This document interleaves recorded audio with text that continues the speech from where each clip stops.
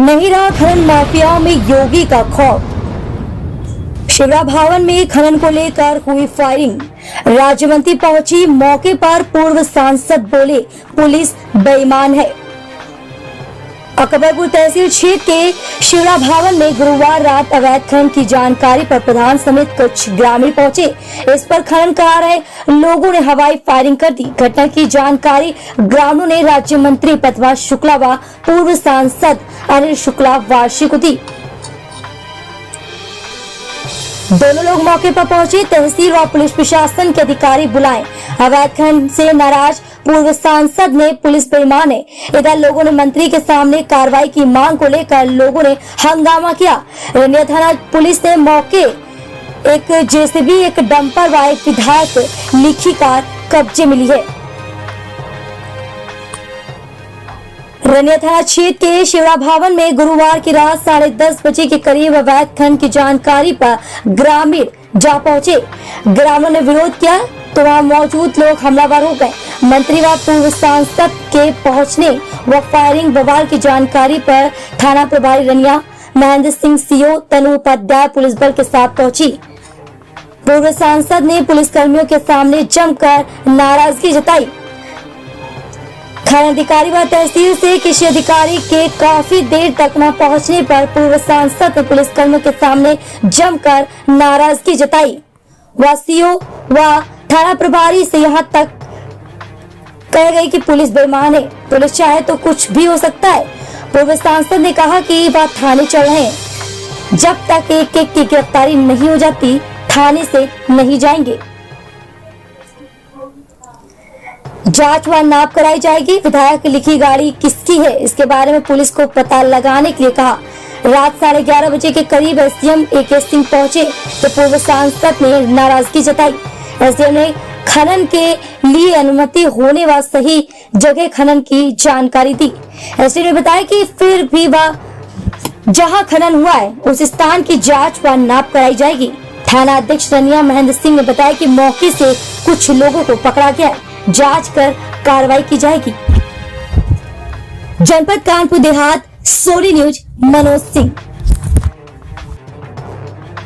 Ma'am, देर रात आप लोग जंगल में खड़ी हैं, क्या बात है, किस वजह से आप हुआ? हम लोग अपनी जनता के लिए यहाँ पर खड़े हैं। उन्होंने हम लोग को पुकारा तो हम लोग यहाँ पर चले आए। हम लोग कहीं और जा रहे थे, फिर इन लोग प्रधान जी और सारे गांव वालों ने कहा कि हम लोग मुश्किल में हैं, यहाँ फायरिंग हो रही है, आप लोग आ जाइए। हम लोगों ने सबको फोन करने के बाद यहाँ पर खुद आ गए।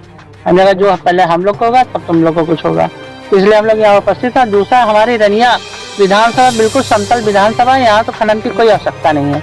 जहाँ ऊंचा खाली है वहाँ पर कराना चाहिए। हमने उस बार भी ऑब्जेक्शन किया था कि रनिया में कहीं भी खनन ना कराया जाए, क्योंकि यहाँ की जमीन एकदम समतल और व्यवस्थित है। इतना अच्छा बार बार बनाया नहीं जा सकता। यहाँ खनन की कोई आवश्यकता ही नहीं है। हमारा पहले भी ऑब्जेक्शन था, आज भी है। कौन लोग जिम्मेदार हैं इस पूरे दौरान?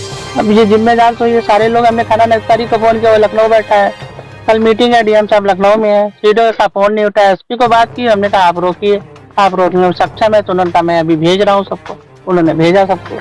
तो भाई रोकने के लिए तो पुलिस को सक्षम होना ही चाहिए ना। कैसे कोई गुंडागर्दी कर सकता है इस क्षेत्र में?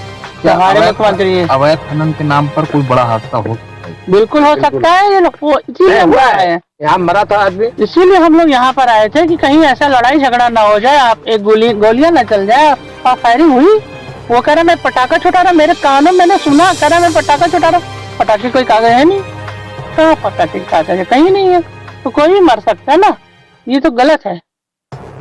चंद मिट्टी के पैसों के लिए हम किसी की जान ले लें, ये तो गलत है। ये जो यहाँ पे अवैध खनन करने आए थे, ये तो नाम अभी आपको बताया गया, जय सचान है, अभी अग्रवाल है कोई, फिर पकड़े गए हैं। और दूसरा जो अभी गाड़ी से भागे हैं वो तो अभी सब आप लोग परिचय में लोगों के खिलाफ शिकायतें हुई अवैध खनन की, लेकिन कोई कार्रवाई नहीं है। अब क्या कार्रवाई होगी? कार्रवाई होगी, मुख्यमंत्री जी का नोट करा दिया गया और मैं कल खुद जाऊंगी। ये सारी रिपोर्ट खड़े हैं, सारी बात कहेंगे जाके उनको। हम और माननीय मंत्री जी क्षेत्र में शादी ब्याह के कार्यक्रम में गए थे, तो मुझे अचानक एक टेलीफोन आया कि शिवरा भवन में नाजायज तरीके से मिट्टी का खनन हो रहा है। और जब गांव के सारे लोग इकट्ठा होकर विरोध किए तो यहाँ पे फायरिंग हुई, उनको डराने की कोशिश की गई। जब फायरिंग की बात आई तो हमने कहा ऐसा ना हो कि कोई हादसा हो जाए और हमारे क्षेत्र का मामला, मुझे वहां जाना चाहिए। तो हम लोगों ने अपना सारा कार्यक्रम निरस्त करके यहाँ हम लोग जंगल में 12:30 बजे खड़े। जब मैं यहाँ पे आया था तो मैंने पहले एसपी को सूचना दी थी, एसडीएम साहब को सूचना दी थी, लेकिन हम लोग पहले आ गए और ये लोग बाद में आ पाए और एसओ भी बाद में आ पाया। एक दरोगा यहाँ खड़ा था, लोगों का ये कहना कि उस दरोगा ने 3 गाड़ियों को भगा दिया जिसमें असलहे थे और जिसमें बदमाश थे वो लोग। और ये बात सही है कि जब मैं आ रहा तो मुझे रास्ते में एक जो है इसका वो थी स्कॉर्पियो काले रंग की और एक सफेद रंग की सफारी क्या वो जो उसको अभी क्या बोलते हैं हाँ, तो वो जो है क्या नाम है सफारी टाइप जो होती है वो थी और एक गाड़ी और थी। तो वो लोग और जब इन लोगों ने रास्ते में रोकने का प्रयास किया तो इनके ऊपर चढ़ाने का प्रयास किया तो ये लोग हट गए, नहीं तो एक आध उसमें एक्सीडेंट मारा जाता। तो यहाँ पे लगातार जो है अवैध खनन हो रहा है और अभी पता लगा है कि यहाँ पे इसके पीछे जो खेत है वहाँ 40 फुट गहरा खनन हुआ है, जबकि खनन जो अधिकारी है या उसका जो कर्मचारी आया है वो बता रहा है कि 2 मीटर ही मैक्सिमम है। मुझे तो जानकारी थी कि 4 फुट से ज्यादा नहीं है, लेकिन अगर 2 मीटर मान लिया जाए तो यहाँ भी 10 फुट से ऊपर खुदा है और पीछे जो है 20 फुट से ज्यादा गहरा खुदा है। और अभी नहर पटरी पे सारी खुदाई कर डाली, उसमें नहर के लोगों ने FIR भी कराई है, एप्लीकेशन भी दिया है। अगर जिम्मेदारी माने तो लेकिन मैं ये कहना चाहता हूँ कि जो लोगों के नाम पे परमिशन हो रहा है वही लोग तो अवैध खनन कर रहे हैं। अवैध खनन करने कोई तो और नहीं आएगा। और अब चूंकि वहां पे वो आइडेंटिफाई नहीं होता, किसी ने फोटो नहीं लिया होता है, कुछ नहीं होता है, तो वो आसानी से अधिकारी उनको बचा देते हैं। जबकि नियम ये है कि अगर हमने आमतौर पे देखा है पुलिस में कि अगर कोई चोर पकड़ा जाता है और अगर फिर दोबारा कहीं चोरी हो जाए सबसे पहले उसी को इंस्ट्रक्शन किया जाता है, उससे पूछताछ की जाती है कि तुमने जो है चोरी दोबारा किया है तुम पे। तो जब यहाँ पे खनन के काम ये लोग कर रहे हैं तो यही अवैध खनन कर रहे हैं, तो उस अवैध खनन की नाप करके और जो उस पर पेनाल्टी बनती है उस पर इनको इम्पोज करना चाहिए। वो अपनी सफाई दें कि मैंने नहीं किया है।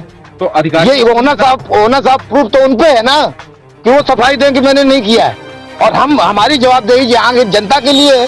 अगर हम रात में जो है क्या नाम अपने आदमियों को नहीं बचाएंगे, हमारे कुछ लोग हताहत हो जाएंगे, तो फिर ऐसी राजनीति करने का मतलब क्या हुआ भाई? क्यों मैं why should I be MLA of this area, I should जो है लीव इट है। गलत बात है ना। कौन लोग जिम्मेदार आप मान रहे हैं इस पूरे मामले? देखिए जिम्मेदार तो यहाँ के जो 4 लोगों को इन्होंने बताया, अभी उनके नाम खुल के नहीं आए, लेकिन एक कोई मिस्टर जय सचान है जो अपने आप को मंत्री जी का रिश्तेदार बता रहा है और बता रहा है मेरे मामा है वो। और एक कौन से मंत्री जी? वो क्या नाम कैबिनेट मंत्री है हमारे राकेश सचान जी, उनको अपना मामा बता रहा है। और पीछे अपने स्कॉर्पियो में विधायक का लेबल लगा है, वो स्कॉर्पियो भी पकड़ी गई है। और इसके अलावा और 3 लड़के पकड़े गए वो भी हैं। और एक क्या नाम है तीनों के? नाम कोई सरल सिंह है, जय सचान, और एक अग्रवाल, वीर अग्रवाल, और एक कोई और है। 4 लोग हैं। किस तरीके की कार्रवाई सरकार में होगी? देखिए मैं तो ये कहना चाहता हूँ कि जितना यहाँ पे अवैध खनन हुआ है इस सारे को नपवा करके इन 4 के ऊपर पेनाल्टी लगाई जाए, उनसे पैसा वसूला जाए। और जो गाड़ियां यहाँ पे पकड़ी गई हैं इन गाड़ियों को सीज किया जाए। और डीएम साहब से कहेंगे कि जिस तरीके से कानपुर नगर में डीएम अय्यर साहब जब थे उन्होंने विधनु क्षेत्र में जो अवैध खनन हुआ था उससे उन्होंने तंग आकर के 25 लाख रुपया जो है जेसीबी पे लगाया था पेनाल्टी, और 5-5 लाख डंपर पे लगाया था, और 5 लाख रुपया जो खेत का मालिक था उसके ऊपर लगाया था। एडमिनिस्ट्रेशन की अगर हम बात करें तो जिम्मेदारी एडमिनिस्ट्रेशन की कितनी है इस पूरे में? एडमिनिस्ट्रेशन की पूरी जिम्मेदारी और सबसे बड़ी जिम्मेदारी यहाँ के खनन अधिकारी की है। जिस तरीके से वो फाइलों को पास कर रहा है, जिस तरीके से पैसे बना रहा है, इसके पूरी जो है इसके खिलाफ भी FIR होनी चाहिए। इसके खिलाफ ED में हम लोग रिपोर्ट भेजेंगे। इनकी सबकी जो है छानबीन होनी चाहिए, इनकी प्रॉपर्टी की जांच होनी चाहिए कि कितना जो है तुमने अपने पूरे जीवन में कितनी तुम्हें सैलरी मिली और कितने का तुमने प्रॉपर्टी बनाई है। ये जो बेईमान अधिकारी हैं इनकी वजह से सरकार बदनाम हो रही है, इसके वजह से हम लोगों को दिक्कत हो रही है। प्रशासनिक और भी अधिकारी हैं, तहसील से लेकर DM ऑफिस तक इस पूरी फाइल का प्रोसेस है, क्या मानते हैं कि और भी अधिकारी इसमें लिप्त? देखिए SDM साहब को जब कहा गया तो SDM साहब ने कहा उसका अप्रूवल है, ठीक है ना, हमने कहा अप्रूवल है चलो मिट्टी खोदने का। वैसे तो अब ये बता रहे कि नहीं रात में नहीं खनन की मनाही है, लेकिन मेरे हिसाब से कि mining in the night is not allowed, है ना, you can do it in the daylight. Suraj As soon as the sun comes, you may start it, and as soon as it sets, you have to close the mining. You cannot do mining in the night. ठीक है। तो ये जो ये बता रहे, तो ये भाई बेहतर एसडीएम साहब को पता होगा।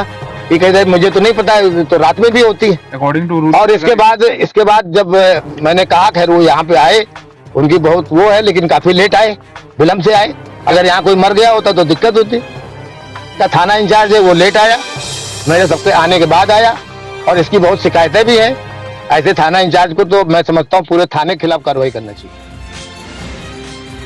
नया क्लेवर, नया अंदाज, आप देख रहे हैं देश का number 1 digital news channel Sony news.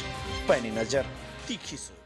हर छोटी बड़ी ताजी न्यूज पाने के लिए हमें फेसबुक, ट्विटर, यूट्यूब और व्हाट्सएप पर हमें सब्सक्राइब करें और फॉलो करें आपका अपना web news channel Sony news.